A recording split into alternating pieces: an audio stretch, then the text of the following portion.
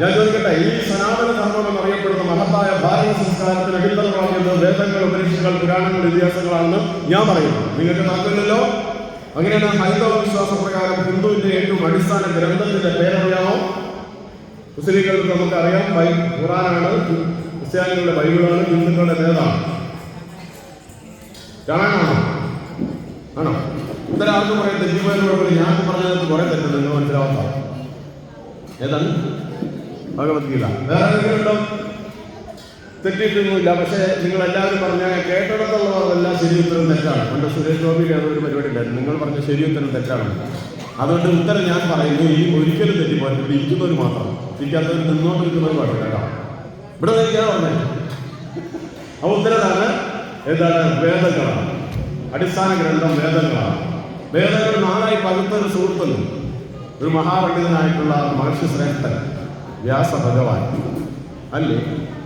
വ്യാസമഹർഷിക്ക് നേരത്തെ സ്വന്തമായിട്ട് പേര് ആദ്യം തന്നെ വിശ്വദ്വൈപായനൻ എന്നാണ്. അതെന്ന് പറഞ്ഞാൽ വിഷയം വേറെ മാറും. അപ്പോൾ ഈ വേദങ്ങൾ 4 പകുത്തു വന്നത് ആ ഇരുട്ട് വേദം അല്ലേ? ഈ വേദങ്ങളിലെ മൂല്യങ്ങളാണ്. വേദങ്ങൾ വേണമെങ്കിൽ ഞാൻ വേറെ രൂപത്തിൽ എളുപ്പത്തിൽ പറഞ്ഞാൽ, നിങ്ങൾ കഴിഞ്ഞ ദിവസം വീട്ടിൽ മിക്സ് വാങ്ങിയെന്ന് പറഞ്ഞായിരുന്നു, അത് ആരായിരുന്നു? നിങ്ങളുടെ വീട്ടിലാണ്? ജിജിനുമില്ലല്ലോ. ആരുടെ വീടാണ് വേണ്ടത്? അല്ലെങ്കിൽ ടീച്ചർ വണ്ടി വാങ്ങിയായിരുന്നു അടുത്ത ദിവസം? ഹരിയാട്ടന്റെ പെങ്ങള് ടീച്ചറിന് നോക്കുക, ഇതെങ്ങനെ അറിഞ്ഞു കേട്ടോ. ഹരി ആരാ വണ്ടി വാങ്ങിയത്? TV. അപ്പൊ ഒരു ചെറിയ ബുക്ക് കൂടെ തന്നായിരുന്നോ? ഇതുപോലെ കൊണ്ടുവന്നിട്ടുണ്ട്. ഇതുപോലെ ഒരു ബുക്ക് തന്നില്ല. അതെന്താ ഇന്ന് ചോദിച്ചാണ് അതിനൊരു കാറ്റലോഗെന്നാ അല്ലേ രാജേട്ടാ? അത് എന്തിനാണ്?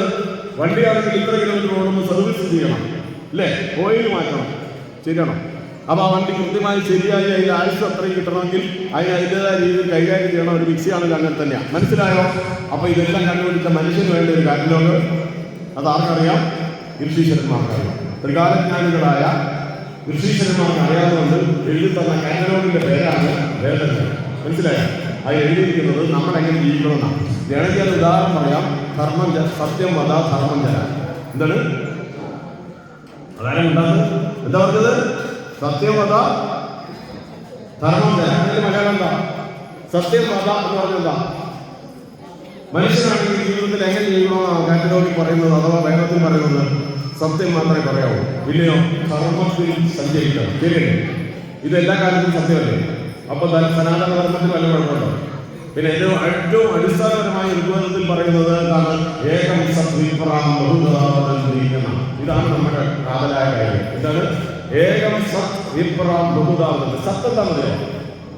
സത്ത് പോയ ചത്തുപോയി കേട്ടിട്ടുണ്ടോ? ചത്തുപോയി കേട്ടോ. ഇന്ന് യഥാർത്ഥ വാക്കെന്താ? സത്താണ് പോയത്. സത്ത് എന്താണെന്നറിയോ? ഇതിനകത്തൊരു സാധനം സത്ത്. അതാണ് ഇപ്പോൾ എന്നെ കൂടി പറയിക്കുന്നത്. അത് ഈശ്വര ചൈതന്യമാണ്. അതിന് എന്താ പറയുക? ജീവാത്മാവ് എന്ന് പറയും. അത് എവിടുന്നുള്ളതാണ്? പരമാത്മാവിന്റെ അംശമാണ്. അപ്പൊ ഈ പ്രപഞ്ചമാകെ നിറഞ്ഞു നിൽക്കുന്ന ദൈവം എത്രയുണ്ട്? ഏകം.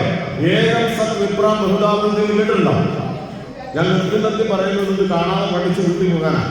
പിന്നെ നിങ്ങൾക്ക് പരിചയമുള്ളവരോട് സംസാരിക്കുമ്പോൾ ഇതാണ് നമ്മുടെ തത്വം എന്ന് പറഞ്ഞു കൊടുക്കാൻ വേണ്ടിയാണ്. അല്ലെങ്കിൽ എനിക്ക് വേഗം പറഞ്ഞു നിർത്തി പോകാൻ പറ്റും. അതുകൊണ്ടാണ് ഞാൻ പറയുന്നത്. പിടിയോ? എന്താണ് നമ്മൾ വേദം പഠിപ്പിക്കുന്നത്? അഥവാ ഹൈന്ദവ ധർമ്മം മുന്നോട്ട് വെക്കുന്ന ആശയം എന്താണ്? അടിസ്ഥാന പ്രമാണം എന്താ പറഞ്ഞത്? ഏകം സത് വിപ്രാം ബഹുധാവദന്തി. ഈ പ്രപഞ്ചത്തിന് സൃഷ്ടികർത്താവായി ഒറ്റ ഈശ്വരനേ ഉള്ളൂ, സത്യം ഒന്നേ ഉള്ളൂ. ആ സത്യത്തെ വിപ്രന്മാർ അറിവുള്ളവർ പലതായി വ്യാഖ്യാനിക്കുന്നതാണ് നാം കാണുന്നതെല്ലാം അല്ലേ? ഒരു മഹാശക്തിതന്നാനന്ദഭാവമാണിവിടുത്തെ സർവ്വചരാചരങ്ങൾ ഈ ബ്രഹ്മസത്യം വിളംബരം ചെയ്യും അദ്വൈത തത്വപൊരുളുകൾ. ഈ പ്രപഞ്ചത്തിന് ഒരൊറ്റ ഈശ്വരനേ ഉള്ളൂ എന്നും എല്ലാം ഈശ്വരന്റെ അംശങ്ങൾ തന്നെയാണ് എന്നും പഠിപ്പിക്കുന്നതിന്റെ പേരാണ് അദ്വൈതം. ദ്വൈതം എന്ന് പറഞ്ഞതാണ് 2. ദ്വൈതമാകാത്തതാണ് അദ്വൈതം. 1. കണ്ടോ? ഉലകിനു വേറൊരു സത്തയില്ല, അതുണ്ടെന്നുലകപ്പത് സർവഭൂതഹീനം. ജഡവിലേശയമെന്നു തോന്നിയാനും നലവിയലും മലമാലമാകാമോ. ഉലകിന് വേറൊരു സത്തയില്ല, ഒറ്റ സത്തയേ ഉള്ളൂ, ഒരു ഈശ്വരനേ ഉള്ളൂ. അതിന് ഉദാഹരണമായി പറയുന്നത് ഇവിടെ ഒരു പൂമാല കിടക്കുന്നു. ഈ പൂമാല കിടന്നിട്ട് പെട്ടെന്ന് ബുദ്ധിഭ്രമം വന്നൊരാൾ പെട്ടെന്ന് മേടിച്ച് പറയും പാമ്പാണ്. അത് പാമ്പാവും ഇല്ല. അപ്പൊ എന്താണ്?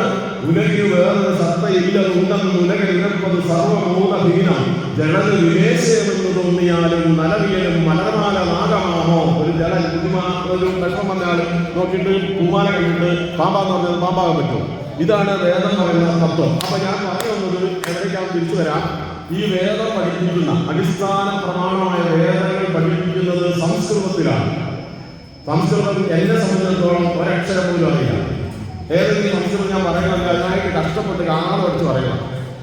എന്തിനപ്പം ഇല്ലാത്ത പറയും ശരിയല്ലേ? അന്ന് നിങ്ങൾ സംസ്കൃതം അറിയുന്നതിന് കണ്ടേ നമുക്കറിയാൻ പറ്റും. അധികം പഠിച്ചവരുണ്ടാവില്ല. നമ്മളിപ്പോൾ അങ്ങനെ പഠിക്കാൻ സംവിധാനം ഈ സ്കൂളിലുണ്ട് തോന്നില്ല, നമ്മുടെ സ്കൂളിലുണ്ട് അല്ലേ? ഇല്ലേ? സംസ്കൃതം ഉണ്ട്. എന്നാലും അതിന് പണ്ഡിതനാണെന്നുള്ള ഒരു അവസ്ഥ നോക്കിയില്ലല്ലോ. അപ്പൊ അന്നത്തെ ഈ ഗഹനമായ സംസ്കൃതം വായിച്ചാൽ നമുക്ക് മനസ്സിലാവില്ല. ഡോക്ടറെ ഇതാർക്കറിയാം, അത് എഴുതാർക്കറിയില്ലേ? അപ്പൊ അവരുടെ വ്യാസഭഗവാൻ മനസ്സിലായി ഈ പറയുന്ന തത്വങ്ങൾ ഇങ്ങനെ നേരെ വായിച്ച് മനസ്സിലാക്കി തന്നെയല്ല. ഈ ഞാനിപ്പോ പ്രസംഗം പറയുമ്പോൾ ഇവിടെ നിങ്ങളോട് നേരെ ഇങ്ങനെ പറഞ്ഞു പോയാൽ 10 കഴിഞ്ഞ് നിങ്ങളൊക്കെ പോയിട്ടുണ്ടാവും. അതെന്താണ്? ഞാനറിയില്ല. അപ്പൊ നമ്മൾ വേറെന്തെങ്കിലൊക്കെ പറഞ്ഞു പോകുമ്പോൾ അറിയാണ്ട് കുറച്ച് നേരം ഇരുന്ന് പോകാം അല്ലേ? സത്യമല്ലേ? അതുകൊണ്ടാണ് ഞാൻ ഇങ്ങനെ പറയുന്നത്. അപ്പൊ അതുപോലെ ഒരു വലിയ തത്വം നേരിട്ടെന്ന് പറഞ്ഞു കഴിഞ്ഞാൽ ആളുകൾ ഉൾക്കൊള്ളാൻ പ്രയാസങ്ങൾ വായിക്കില്ല. അതുകൊണ്ട് അവർ മനസ്സിലാക്കി കഥയായി കൊടുക്കാം. എങ്ങനെ കൊടുക്കാം? കഥകളായി കൊടുക്കാം. കഥ ഇഷ്ടമില്ലാത്ത ആരെങ്കിലും ഉണ്ടോ? അപ്പൊ കഥാരൂപത്തിൽ കൊടുക്കുകയാണ്. ഏത്? അപ്പൊ നോക്കിയോ, വേദങ്ങൾക്ക് ഉള്ള തത്വങ്ങൾ തന്നെയാണ് 18 പുരാണങ്ങൾ, 18 ഉപപുരാണങ്ങൾ, ഇതിഹാസങ്ങൾ ഒക്കെ എന്താണ്? വേദത്തിന്റെ തത്വങ്ങൾ കഥകളായി നമുക്ക് തന്നിരിക്കുന്ന. ശരിയാണോ തെറ്റാണോ? എന്ത് പറയാ? ആണോ? രാമായണ കഥയാണോ അല്ലയോ? രാമായണ കഥയാണോ അല്ലയോ? അല്ലേ? മഹാഭാരത കഥയാണോ അല്ലയോ? അപ്പൊ കഥകാരൂപത്തിലല്ലേ തരുന്നത്. മഹാഭാരതത്തിൽ സത്യം വിജയിക്കല്ലേ ചെയ്യുന്നത്. അതെല്ലാം ആശയം. അപ്പൊ ഇതാണ് പറഞ്ഞത്, ഇതാണ് സത്യം. അപ്പൊ മറക്കരുത്, ഹൈന്ദവന്റെ ഹിന്ദുവിന്റെ അടിസ്ഥാന പ്രമാണമായ ഗ്രന്ഥം, പുണ്യഗ്രന്ഥം വേദങ്ങളാണ്. ആ വേദങ്ങളുടെ തത്വമാണ് ഞാൻ പറയട്ടെ. അത് തന്നെയാണ് ഈ പ്രപഞ്ചത്തിന്റെ നമ്മുടെ രാജ്യത്തിന്റെ സംസ്കാരത്തിന്റെ ആധികാരികമായ എന്താ പറയാ മൂല്യം. അപ്പൊ